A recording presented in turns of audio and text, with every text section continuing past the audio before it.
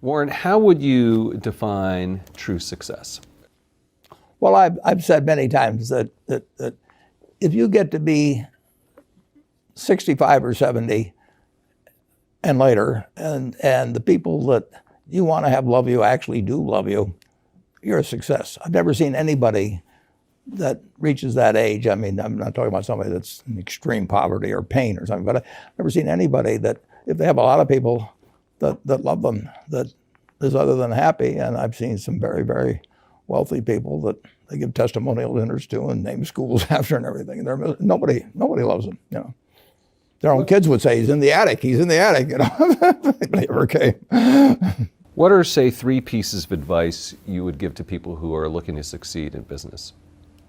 Well, by far the best investment you can make is in yourself. I mean, for example, communication skills. I tell the students that come that they're going to graduate schools and business, and they're learning all these complicated formulas and all that.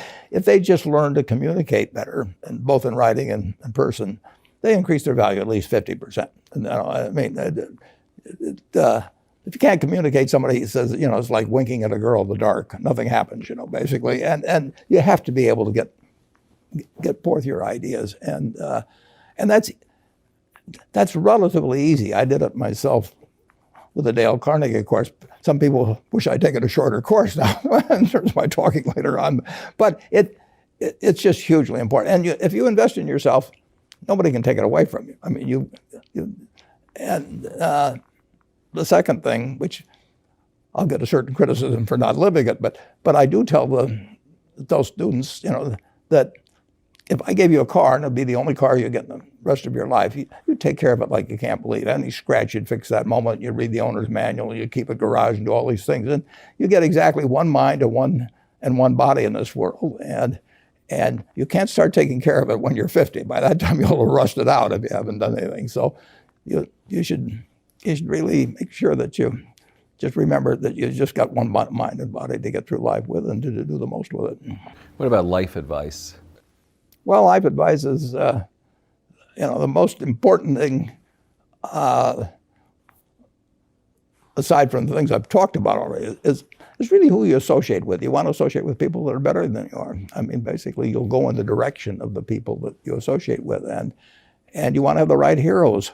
You want people, if you want to emulate somebody, you better pick very carefully who you want to emulate. And when obviously you can't pick your parents, they're going to have an enormous influence on you, but you don't get a choice on that. But you get choices as you go down the line, and who you admire, who you want to copy, and the most important for most people in terms of that decision is their spouse. It's also important in terms of a partner in business, but the partner in life is the most important one. You want to pick a spouse that's better than you are, and then he or she, and you hope they don't figure it out too fast.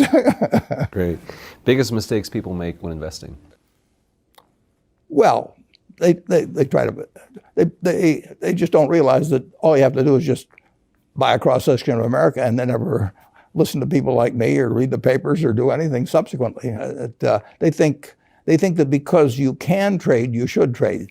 You buy a farm, you buy an apartment house, you can't resell it tomorrow, and you know the cost of moving around. Now you get something handed to you, liquidity, you know, which is instant. You can sell, and the cost of doing it are pennies, you know, compared to other kinds of investment activity.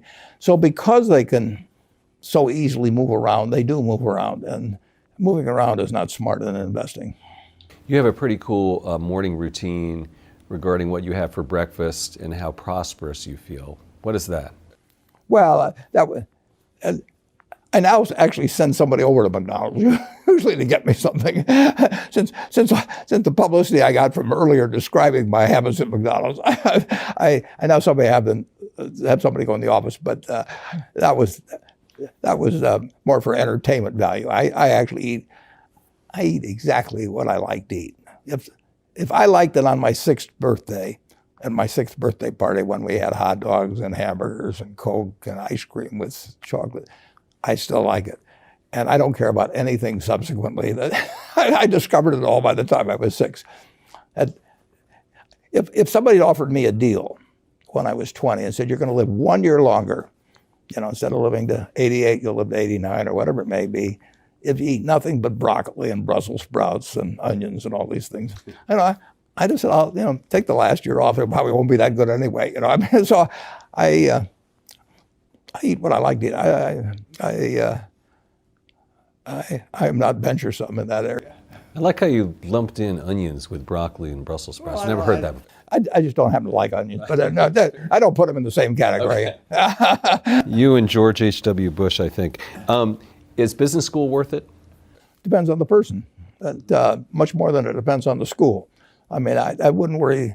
Some people are going to get a lot out of advanced education, and some people are going to get very little. And I don't even think it's important that every person go to college at all. I mean, we have all kinds of jobs at 70 or so thousand a year, or 80,000 a year, that college training is not of use. And I actually was not keen on going to college myself. Yeah, my dad kind of jollied me into it. He could get me to do anything. But if they'd had an SAT test in those days, he would have taken the test for me. But because I knew I could have a good time, and I liked investing, and I didn't really feel I could read the books. So I don't, it's a big commitment to take 4 years, and the cost involved, and maybe the loans involved, and everything. And I think, depending on what your interests are in life, I don't think it's for everybody. I think it's for a lot of people, but there ought to be a reason you're going, and I didn't really see much reason.